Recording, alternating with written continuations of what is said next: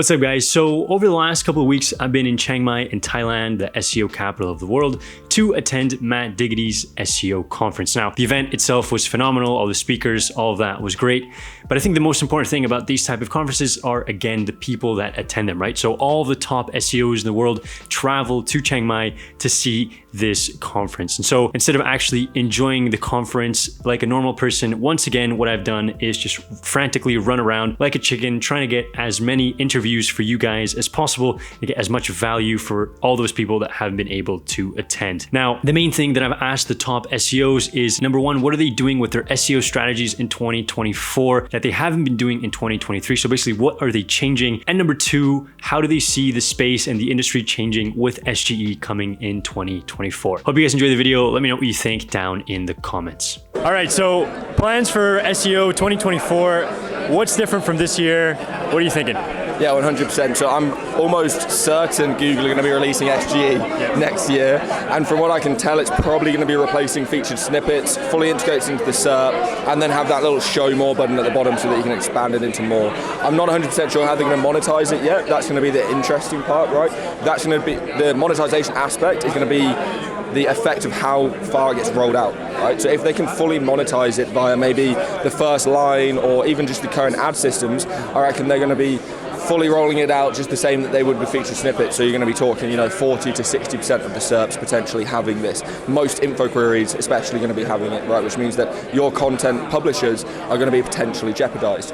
In terms of what I'm going to be focusing on for 2024, I'm going to be mostly going into more diversified search engines. So I'm going to stop focusing so much on Google, to be honest, and I'm going to start working, I'm going to start working on Amazon SEO because I think it's the highest return investment style of SEO that you can do right now. If you can rank a product, it doesn't cost that much and it can literally generate millions of dollars in sales per month, right? And it's nowhere near the same level of cost that you have with Google SEO. I'm going to start working on YouTube SEO with a load of other creators. Yeah, I've seen you publish a shit ton of videos, dude. I'm scared. Exactly, there you go. And I've managed to get like the impression the CTR for the impressions up to like 8.7% on average on my videos and stuff, which is actually getting pretty good, right? And I've only just started, so I'm super learning a lot about CTR, a lot about psychology of why consumers and users click and all that kind of stuff. So I'm definitely going to be diving deeper into that. And of course, with all the AI stuff, I'm just trying to be kind of replacing a lot of my day-to-day self with AI. And I think this whole multimodal, multi-agent AI, where we're going to have teams of AIs essentially working on tasks, is going to really disrupt a lot of the agencies out there. What are you doing in 2024 with your SEO that you haven't been doing 2023, and what are your thoughts for what's coming? What's coming? Obviously, SG is coming. Probably. How scared are you? Not that scared. Okay. I do think that. We're not in a world where websites are going to get a lot more traffic in the future, right? We're in a world where websites are going to need to learn how to make the same amount of money or more money with less traffic. And I actually do. I think most SEOs focus a little bit too much on SEO.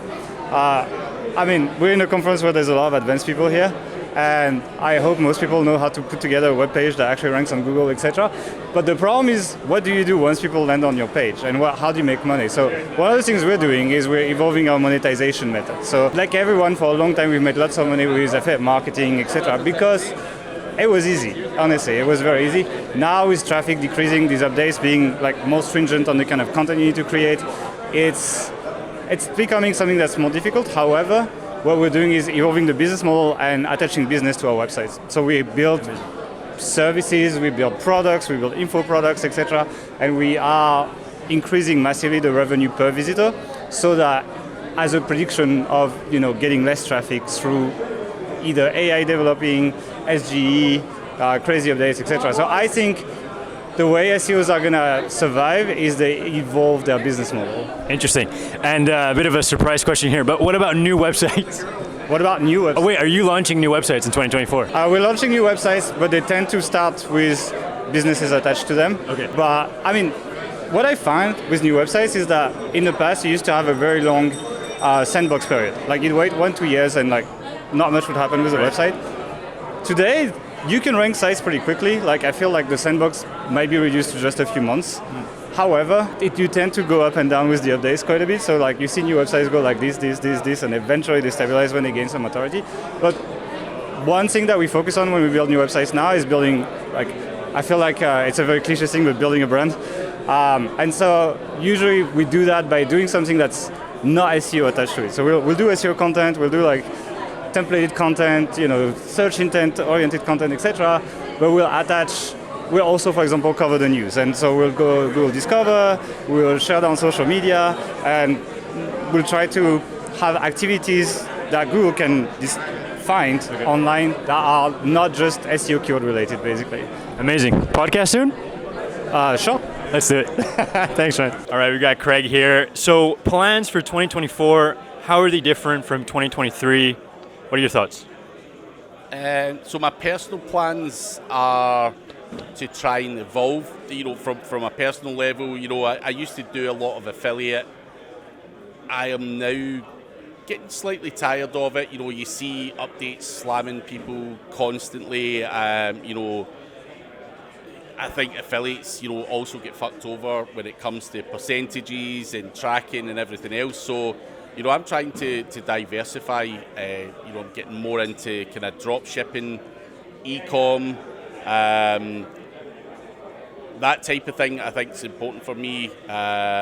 Even investing in bricks and mortar businesses as well is something that I'm trying to do. I hate to say it, but you kind of see this kind of downwards trajectory with, content websites, Amazon affiliate websites. You're just like, fuck, this is getting harder and harder and harder. The more AI comes out, the more people are involved, and you're like, right, we need to try and adapt. So I think trying to embrace other types of monetization is what I try and do. I think, display ads, everyone complains about it, so it slows the website down and blah, blah, blah, blah, blah. So it's a hard slog, so we don't always want to work hard. So just trying to adapt and even, as I say, invest what I make into other businesses, bricks and mortar businesses and stuff is where I see things going, but that's just from me. Okay. And in terms of SEO, you're not thinking of buying any new sites in 2024? I will still buy websites, not necessarily affiliate websites. I think I said it to you when I met you in Birmingham. I've got a drop shipping website just now, which I do a lot of paid ads on. I don't really do SEO on it yet, and it's working really well. I'm getting decent money. I sink X amount into the website, and it provides a return. So can I implement SEO into that and stuff? Of course I can. But as it stands right now, it's a paid ads model. And can I use TikTok and various other things to drive traffic in? And the answer is yes, but that's the e-com and stuff like that. So I'm trying to maybe go down more that route and vary the traffic sources rather than just, I'm an SEO guy, and I've always had my eggs in, or 90% of the traffic has all came through that. But so I think trying to mix things up a bit and just try something new and learn other skills is important. So that's my plan. Appreciate it. Thank you. No worries. All right, so we're here with James. First of all, what's going on? What are you up to right now? Well, this is the little IV drip for all those people who are too hungover. So this is just set up so it's free at the event, so you could just hydrate and not feel as crap for 5 days of drinking non-stop, basically. It's been 5 days in a row? Yeah, 5 days in a row. Okay, to the core of the video. So we're talking about what you're doing in 2024 as it's coming up. That's different from 2023 with your SEO. What are you thinking? So 2023, towards the end of the year, all I do is update content, focus on updating content, improving CRO, Black Friday, I put Black Friday in the title, stuff like that, keep updating. And then coming into the start of 2024, it's still going to be updating content at the start, and then probably Q2, it'll be start adding new content. But nothing special, just keep the same kind of routine. New articles, make sure you get topical authority, keep updating articles and progressing like that. Any insights on new things you're doing with link building or anything different you're thinking for 2024?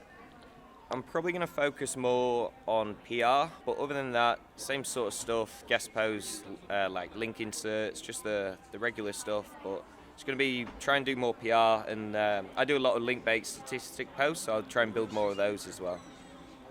So it's actually interesting that a lot of people are moving to PR for 2024? Any reason why? Matt said the same thing. I think Kasra said the same thing. Any reason why you think that is? It's just getting harder to get links. You have to pay for links. Like with PR, it's more natural, kind of white hat looking, and you can just get thousands of links. And then if you do it right, you can get a lot of links, and it doesn't take too much effort. So I know a lot of people that do like interactive maps or a bit like statistic pages, but a little bit more in depth. And then you post it on Reddit, and then you use Reddit for PR because all the journals like go to Reddit to find newsworthy articles. So if that reaches like high up on Reddit, you can use that as like a reverse PR strategy. So that's pretty much how I'm going to do PR and go Sounds good, dude. Well, I guess I'll see you at the party tonight. Thanks, James. All right, guys, found Cyrus. 2024. What are you thinking? What's going to change? What are you going to be doing differently that you haven't been doing in 2023? That's a really good question. I tell you what I'm starting to do differently now, and that is, in terms of my own content, getting users to the answer quicker. The reverse example is a recipe blog where you have tons of content and the recipe. We're trying to work with clients now, putting the answer at the very top. Actually reduces engagement rate, but we're seeing rankings go up when we do that. So that's difficult for publishers relying on ad revenue, but if you can make up for it with increased impressions and increased rankings, that's what we're trying to do. And those longer readers are going to stick around and consume all your content. What about link building? Anything new you're thinking of? No, link building actually hasn't changed that much. I am emphasizing internal links a lot more. Funny enough, I was just talking to a gentleman. I have a little plug-in on WordPress that anytime it runs into an internal link, it bolds it. And what we found was users are clicking those bold links a lot more, increasing engagement. So we're doing that across all our sites. Interesting. And SGE? Yeah. How are you feeling about it? We don't know what's going to happen, but I can tell you what's happening on the back end is that Google is expected to release Project Gemini sometime in the next year, which is their next advancement of AI. And they are probably going to use that to replace quality raters and, clicks as a ranking signal to an extent. They're going to start and turn those signals up just a little bit. I expect the search results to change just a little bit when they complete and release Project Gemini, which is going to be completely different than what we're seeing right now in search results. Which, by the way, I did a search this morning. Google Thailand and SGE came up. Yeah, they just released it to all these different countries. It's still not showing for most people, which I think as SEOs we have to realize we're the geeks. We opted in. Yeah. It's showing for us, but most people aren't using it. Yeah. I am less afraid of SGE than most people. Good. I don't think it's going to have that significant of impact, but we'll see. Yeah. All right. Well, appreciate it, Cyrus. Thank you. Hey, thank you. All right, guys, look who I found. SEO Jesus in the building. The question is, what are you doing in SEO in 2024 that you haven't been doing in 2023? What are you worried about? What are you changing? What are your thoughts? I think as a whole, the idea of being the sort of gateway, arbitraging from traffic from Google, sending it to an affiliate site, I think that's now quite limited. What's the value you actually add there? So I'm really looking for much more direct partnerships. And when I say direct partnerships, I mean basically owning the lead. So basically a couple of years ago I read a book on domain investing, and it was talking about going one by one, looking at search volume, CPC, and registering these domains for local service contractors, things like that. And I thought, well, with Ahrefs I can do that in bulk. So I registered about 200 of them.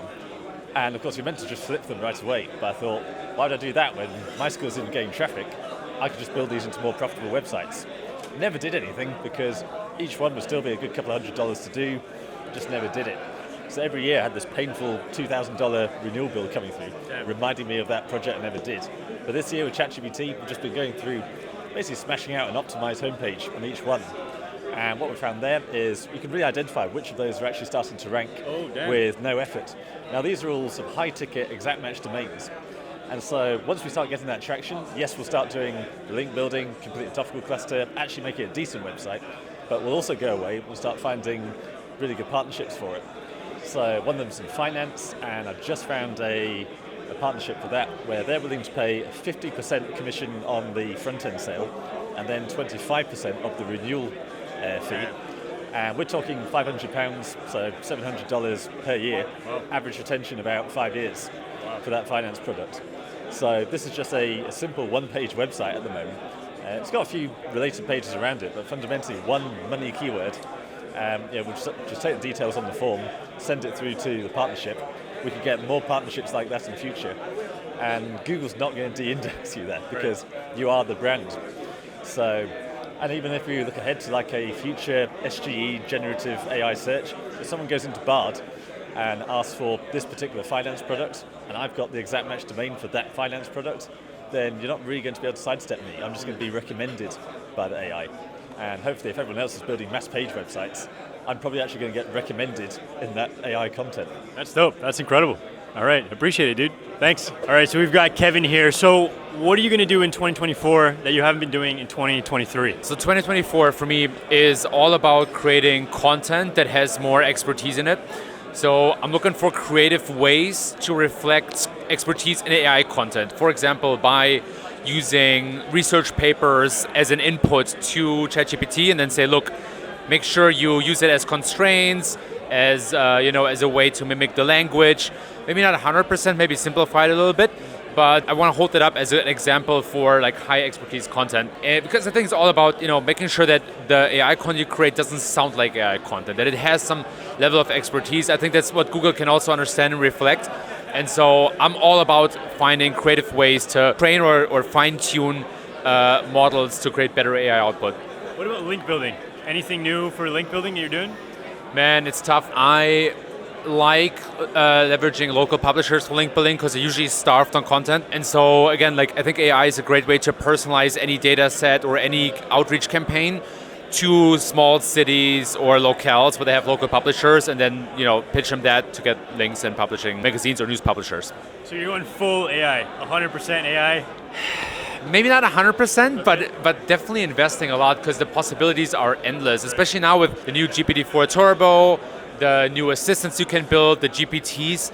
There's just so much leverage and competitive advantage to be built out that I'm trying to figure out all the ways in which you can use it. Amazing. So talk to me about what SEO looks like in 2024 for you, what you're doing differently, what you're changing. So what I'm planning on doing is waiting for the actual algorithm to make its changes and adapt. I feel like SEO is all about adaptability, how quickly you can adapt to what's coming, if it's a link penalty or if it's the helpful content, for example. So it's all down to how quickly you can adapt, how quickly you can change your SOPs within your business. And I think that's ultimately what's going to essentially survive when it comes to the top 1% of SEOs. So I think that's super important.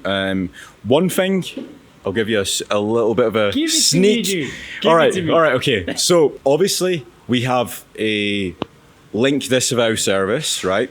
One thing I'll tell you, and I've not said this even on the stage, right? This is insider trading, right? We have a lot of manual action link penalties prior to a core algorithm update coming out. And we see an increase of 20, 30 people coming up to me or messaging me saying, hey, I've had a core algorithm update or a manual action link penalty. And when that happens is literally 2 or 3 weeks before a core algorithm update coming out. So we essentially can tell when a core algorithm update's coming out, within the next 3 or 4 weeks' time. So that's what I think is essentially happening. So this is a prediction. I think what Google's doing is they are essentially zero valuing or minus valuing the worst 10% of links.